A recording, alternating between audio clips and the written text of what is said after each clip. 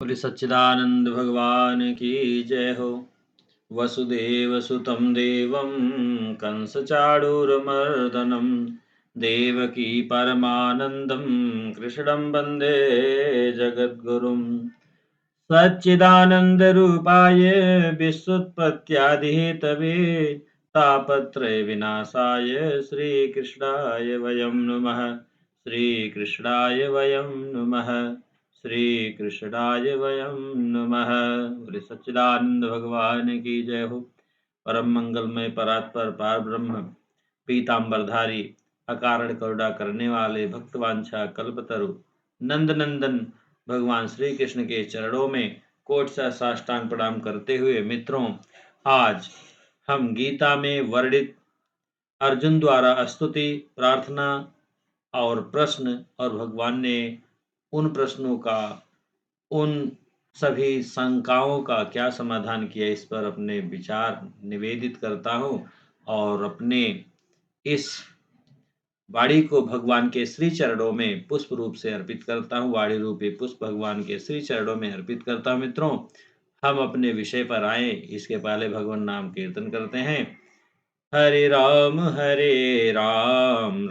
राम हरे हरे, हरे कृष्ण कृष्ण कृष्ण हरे हरे, हरे राम राम राम हरे हरे, हरे कृष्ण कृष्ण कृष्ण हरे हरे, हरे राम राम राम हरे हरे, हरे कृष्ण कृष्ण कृष्ण हरे हरे, हरे राम राम राम हरे हरे, हरे कृष्ण कृष्ण कृष्ण हरे हरे। बोले सच्चिदानंद भगवान की जय हो। संजयस्याम्बिकेयस्य श्रीकृष्णार्जुनस्य च द्विधैव मुख्य संवादो गीतया मन्यते स्वयं। गीता में मित्रों दो संवाद हैं, धृतराष्ट्र और संजय का संवाद तथा श्री कृष्ण और अर्जुन का संवाद।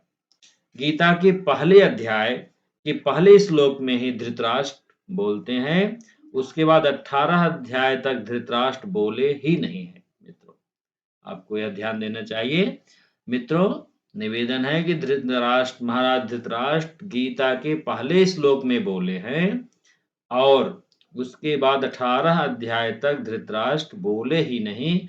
संजय बीच बीच में कई बार बोले हैं। मित्रों, पहले अध्याय में ऋषिकेशम तदा वाक्यमिदमाह, अध्याय पहला 21वां श्लोक।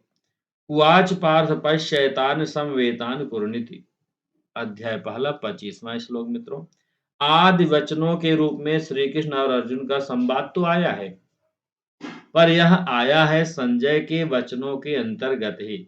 श्री कृष्ण और अर्जुन का संवाद दूसरे अध्याय के दूसरे श्लोक से आरंभ होता है। श्री कृष्ण और अर्जुन का संवाद मित्रों दूसरे अध्याय के दूसरे श्लोक से आता है। उपर्युक्त दोनों संवादों के अतिरिक्त दुर्योधन और प्रजापति ब्रह्मा जी के वचन भी गीता में आते हैं। जैसे पहले अध्याय के तीसरे श्लोक से 11वें श्लोक तक कुल 9 श्लोकों में दुर्योधन के वचन हैं मित्रों, और तीसरे अध्याय के 10वें श्लोक के उत्तरार्ध से 12वें श्लोक के पूर्वार्ध तक ब्रह्मा जी के वचन हैं। इनमें से दुर्योधन के वचन तो संजय के वचनों के अंतर्गत हैं और ब्रह्मा जी के वचन जो हैं भगवान के वचनों के अंतर्गत हैं।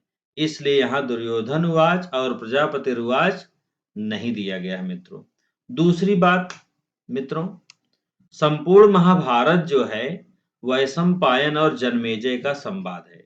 वैशंपायन और जन्मेजय का संवाद है। उसके अंतर्गत गीता में धृतराष्ट्र और संजय का संवाद है।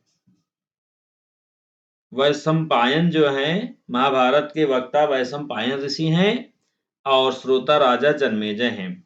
महाभारत में कुल 18 पर्व हैं। उनमें से भीष्म पर्व के आरंभ में राजा जन्मेजय वैशंपायन जी से प्रश्न करते हैं। क्या प्रश्न करते हैं मित्रों? कि कौरवों और पांडवों ने युद्ध कैसे किया, इसके उत्तर में वैशंपायन जी ने दोनों सेनाओं के हर्षोल्लास आदि की बातें बताई।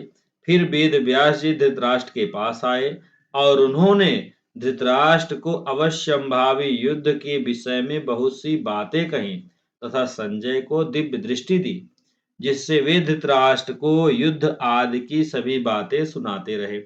वेद व्यास जी के चले जाने पर धृतराष्ट्र ने संजय से कहा कि जिस भूमि के लिए मेरे और पांडु के पुत्र लड़ने के लिए तैयार हो रहे हैं, उसका मुझे विस्तार से वर्णन सुनाइए।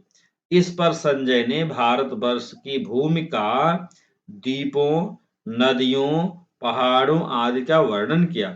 फिर श्रीमद् भगवत गीता के आरंभ में, जो कि भीष्म पर्व का 13वां अध्याय है मित्रों, वैशंपायन जी ने राजा जनमेजय से कहा कि एक दिन की बात है, संजय ने युद्ध भूमि से लौटकर धृतराष्ट्र को भीष्म पितामह की सरसैया पर गिरा दिए जाने का समाचार दिया।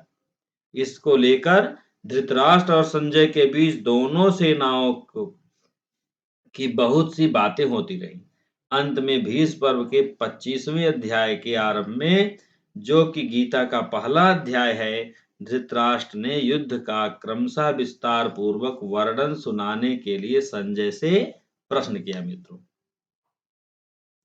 जिसमें संजय श्री कृष्ण और अर्जुन का संवाद सुना रहे हैं, ना कि दुर्योधन आदि का। प्रत्येक अध्याय के अंत में जो पुष्पिका दी गई है, उसमें भी श्री कृष्ण अर्जुन संवादे पद दिया गया है। अतः गीता में 2 ही संवाद है मित्रों। बोले सच्चिदानंद भगवान की जय हो। मित्रों, गीता में अर्जुन द्वारा जो भगवान की स्तुति की गई है, प्रार्थना की गई है, और जो अर्जुन ने प्रश्न पूछे हैं वे इस प्रकार से हैं। यत्र यत्र चा गीतायां प्रोक्तम कृष्ण सखेन वै प्रार्थनां कुत्रचित्र क्वचित् प्रश्न क्वचित् स्तुतिः। मित्रों, स्तुति में भगवान की महिमा, गुण, प्रभाव आदि का कथन होता है। प्रार्थना में भगवान के गुणों आदि को तत्व से जानने की अथवा भगवान से कुछ पाने की इच्छा होती है। अपने हृदय में कोई हलचल, संदेह, जिज्ञासा होती है, उसे दूर करने के लिए प्रश्न होता है। स्तुति में भगवान के प्रति आस्तिक भाव अधिक होता है। प्रार्थना में आस्तिक भाव के साथ साथ अपनी इच्छा भी रहती है मित्रों। प्रश्न में केवल अपनी जिज्ञासा की पूर्ति करना होता है मित्रों। स्तुति में पूज्य भाव अधिक होता है।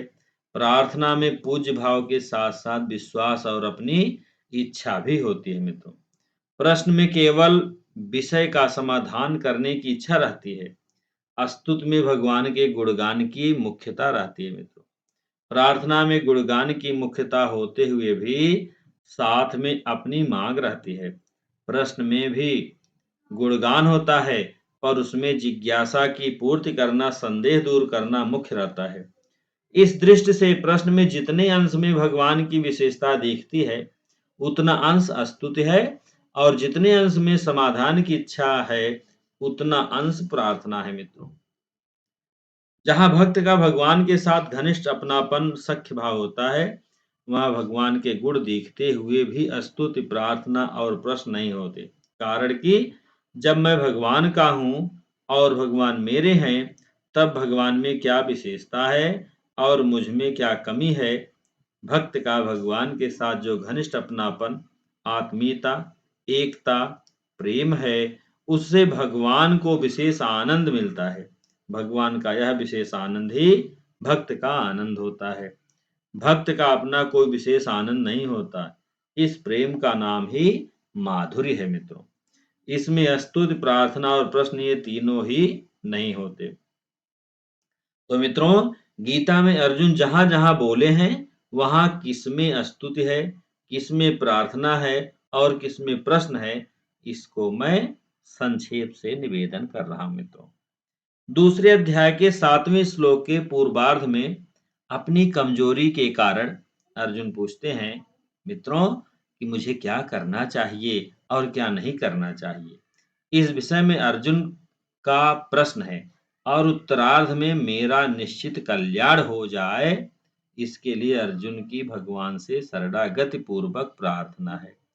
फिर 54वें श्लोक में स्थित प्रज्ञ के क्या लक्षण हैं, वह कैसे बोलता है, कैसे बैठता है और कैसे चलता है, इस तरह जिज्ञासा पूर्वक 4 प्रश्न जो है मित्रों किए हैं। तीसरे अध्याय के पहले और दूसरे श्लोक में जब कर्म से बुद्धि ही श्रेष्ठ है, तो फिर मेरे को घोर कर्म में क्यों लगाते हैं, जिससे मैं कल्याण को प्राप्त हो जाऊं, वह एक बात कहिए। इस तरह प्रार्थना पूर्वक प्रश्न है।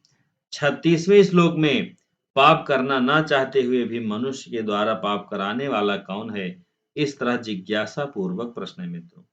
चौथे अध्याय के चौथे श्लोक में आपने सूर्य को उपदेश कैसे दिया, इस तरह भगवान के अवतार के विषय में अर्जुन का जिज्ञासा पूर्वक प्रश्न है मित्रों।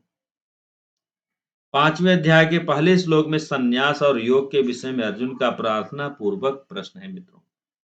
छठे अध्याय के 33वें 34वें श्लोक में अर्जुन का मन के निग्रह के विषय में अपनी मान्यता प्रकट करते हुए प्रश्न है। फिर 37वें 38वें श्लोक में योग भ्रष्ट की गति के विषय में अर्जुन का संदेह पूर्वक प्रश्न है मित्रों। 39वें श्लोक में संदेह को दूर करने के लिए अर्जुन ने भगवान की महत्ता को समझते हुए भगवान से प्रार्थना की है मित्रों। इसके बाद 8वें अध्याय के पहले दूसरे श्लोक में ब्रह्म अध्यात्म आदि के विषय में अर्जुन का जिज्ञासा पूर्वक प्रश्न है मित्रों। 10वें अध्याय के 12वें से 15वें श्लोक तक अर्जुन ने भगवान के प्रभाव को लेकर उनकी स्तुति की है। फिर 16वें से 18वें श्लोक तक अर्जुन का प्रार्थना पूर्वक प्रश्न है मित्रों। 16वें और 18वें श्लोक में प्रार्थना है तथा 17वें श्लोक में प्रश्न है मित्रों। 11वें अध्याय के पहले से चौथे श्लोक तक विश्व रूप दिखाने के लिए अर्जुन की भगवान से नम्रता पूर्वक प्रार्थना है मित्रों। 15वें से 30वें श्लोक तक भगवान के अलौकिक प्रभाव को लेकर स्तुति है मित्रों। और 31वें श्लोक में प्रार्थना पूर्वक प्रश्न है। 36वें से 40वें श्लोक तक नमस्कार पूर्वक स्तुति है मित्रों। और 41वें से 44वें श्लोक तक पूर्वकृत तिरस्कार को क्षमा करने के लिए प्रार्थना है। 45वें 46वें श्लोक में भगवान से चतुर्भुज रूप दिखाने के लिए प्रार्थना है मित्रों। 12वें अध्याय के पहले श्लोक में सगुण और निर्गुण उपासकों में कौन श्रेष्ठ है, इस विषय में अर्जुन का जिज्ञासा पूर्वक प्रश्न है मित्रों। 14वें अध्याय के 21वें श्लोक में गुणातीत के विषय में अर्जुन का प्रश्न है मित्रों। 17वें अध्याय के पहले श्लोक में निष्ठा को लेकर अर्जुन का प्रश्न है मित्रों। और 18वें और अंतिम अध्याय के पहले श्लोक में संन्यास और योग के विषय में अर्जुन का जिज्ञासा पूर्वक प्रश्न है मित्रों। इस तरह से अर्जुन ने जो भी प्रश्न किया है उसकी क्या व्यवस्था है, किस क्रम में पूछा है, इसके बारे में मैंने आपसे निवेदन किया मित्रों। अब गीता में अर्जुन की युक्तियां और उनका समाधान क्या करते हैं भगवान, इसके बारे में निवेदन है मित्रों। तो पहले और दूसरे अध्याय में अर्जुन ने युद्ध ना करने के विषय में जितनी भी युक्तियां दलीलें दी हैं मित्रों, वे सभी शोक और मोह से आविष्ट होने के कारण अविवेकपूर्ण हैं। गीता में भगवान ने ऐसा विवेचन किया है जिससे अर्जुन की युक्तियों का स्वाभाविक ही समाधान हो जाता है। भगवान के विवेकपूर्ण विवेचन के सामने केवल अर्जुन की ही नहीं, किसी की भी अविवेकपूर्ण युक्तियां नहीं टिक सकती। अर्जुन कहते हैं, मैं शकुनों को, लक्षणों को विपरीत देखता हूं।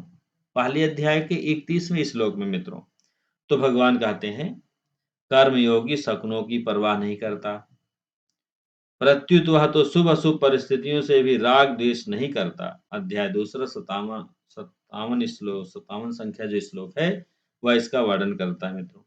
मेरा भक्त शुभ अशुभ शकुनों का, परिस्थितियों का त्यागी होता है। अध्याय 12 17वां श्लोक कहता है, तू मेरे में चित्त वाला होकर मेरी कृपा से संपूर्ण विघ्नों को तर जाएगा। अध्याय 18 58 श्लोक इसको बताता है मित्रों। फिर अर्जुन कहते हैं, मैं युद्ध में स्वजनों को मारकर परिणाम में अपना कल्याण नहीं देखता। अध्याय पहला 31वां श्लोक मित्रों।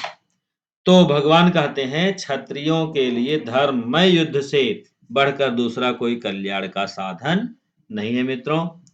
अध्याय दूसरा 31वां श्लोक कहता है इसको, क्योंकि अपने धर्म का पालन करते हुए यदि मृत्यु भी हो जाए तो भी कल्याण हो जाता है। अध्याय तीसरा 35वां श्लोक इसको कहता है मित्रों। अर्जुन कहते हैं, मैं ना तो विजय चाहता हूं, ना राज्य चाहता हूं और ना सुखी चाहता हूं। अध्याय पहला और आपका 32वां श्लोक इसको कहता है मित्रों। तो भगवान कहते हैं, तेरे को किसी प्रकार की कामना न रखकर जय पराजय, लाभ हानि और सुख दुख को समान करके युद्ध करना चाहिए। अध्याय दूसरा 38वां श्लोक इसको कहता है मित्रों। अर्जुन कहते हैं, मैं जिनके लिए राज भोग आदि चाहता हूं वे ही मरने के लिए सामने खड़े हैं। अध्याय पहला 33वां श्लोक मित्रों। तो भगवान कहते हैं, तो संपूर्ण कर्मों को मेरे में अर्पण करके संताप, शोक और ममता से रहित होकर युद्ध कर। अध्याय तीसरा 30वां श्लोक इसका वर्णन करता है मित्रों। जो संपूर्ण कामनाओं को और स्पृहा को छोड़ देता है तथा अहमता ममता रहित हो जाता है, वह शांति को प्राप्त होता है। अध्याय दूसरा 71वां श्लोक इसको कहता है मित्रों। फिर अर्जुन कहते हैं, युद्ध में इन धृतराष्ट्र के संबंधियों को मारकर हमें क्या प्रसन्नता होगी। अध्याय पहला 36वां श्लोक कहता है मित्रों यह प्रश्न। तो भगवान कहते हैं, प्रसन्नता युद्ध करने अथवा ना करने से नहीं होती, प्रत्युत राग द्वेष से रहित अपने बस में की हुई इंद्रियों के द्वारा व्यवहार करने से होती है। अध्याय दूसरा 64वें श्लोक में इसका वर्णन है मित्रों। अर्जुन कहते हैं, युद्ध में इन कुटुंबियों को मारने से हमें पाप लगेगा। अध्याय पहला 36वां श्लोक। तो भगवान कहते हैं, जब तू इस स्वतः प्राप्त धर्म में युद्ध को नहीं करेगा तब तेरे को पाप लगेगा। अध्याय दूसरा 33वां श्लोक। अर्जुन फिर कहते हैं, युद्ध में स्वजनों को मारकर हम सुखी कैसे होंगे। अध्याय पहला 37वां श्लोक मित्रों। तो भगवान कहते हैं, जिन क्षत्रियों को अनायास ही ऐसा धर्म में युद्ध प्राप्त हो जाता है वे ही सुखी होते हैं। पुनः अर्जुन कहते हैं, हम कुल के नाश से होने वाले दोषों को जानते हैं, इसलिए हमें तो युद्ध से निवृत्त हो जाना चाहिए। अध्याय पहला 39वां श्लोक मित्रों। तो भगवान कहते हैं, यह तेरी नपुंसकता है, कायरता है, हृदय की तुच्छ दुर्बलता है, इसे तू स्वीकार मत कर और अपने कर्तव्य का पालन करने के लिए खड़ा हो जा। अध्याय दूसरा 3 श्लोक इसको कहता है मित्रों। फिर अर्जुन कहते हैं, युद्ध करने से परिणाम में धर्म का नाश हो जाएगा। अध्याय पहला 40वां श्लोक मित्रों। तो भगवान कहते हैं, युद्ध ना करने से धर्म का नाश होगा। अध्याय दूसरा 33वां श्लोक मित्रों। अर्जुन कहते हैं, युद्ध करने से परिणाम में वर्ण संकरता पैदा हो जाएगी, जिससे पितरों का पतन हो जाएगा और कुल धर्म तथा जाति धर्म नष्ट हो जाएंगे। अध्याय पहला 41 से 43 श्लोक में इसका वर्णन है मित्रों। तो भगवान कहते हैं, यदि मैं सावधान होकर अपने कर्तव्य कर्म का पालन ना करूं तो संकरता को पैदा करने वाला बनूं, अर्थात युद्ध रूप कर्तव्य कर्म ना करने से ही वर्ण संकरता पैदा होगी। अध्याय तीसरा 24वां श्लोक मित्रों इसको कहता है, अर्जुन की युक्ति के अनुसार भी यदि विचार किया जाए तो वास्तव में कर्तव्य का पालन न करना ही वर्ण संकरता का कारण है। युद्ध में कुल का नाश होने पर स्त्रियों का दूषित होना उनका कर्तव्यच्युत होना ही है और कर्तव्यच्युत होने से ही वर्ण संकरता आती है। यदि स्त्रियों में यह भाव रहे कि हमारे पतियों ने युद्ध रूप कर्तव्य का पालन करते हुए अपने प्राणों का त्याग कर दिया पर अपने कर्तव्य का त्याग नहीं किया, फिर हम अपने कर्तव्य का त्याग क्यों करें, तो वे कर्तव्यच्युत नहीं होंगी। कर्तव्यच्युत न होने से उनका सतीत्व सुरक्षित होगा, जिससे वर्ण संकरता आएगी ही नहीं मित्रों। पुनः अर्जुन कहते हैं, युद्ध के परिणाम में नरक की प्राप्ति होगी। अध्याय पहला 44वां श्लोक मित्रों। तब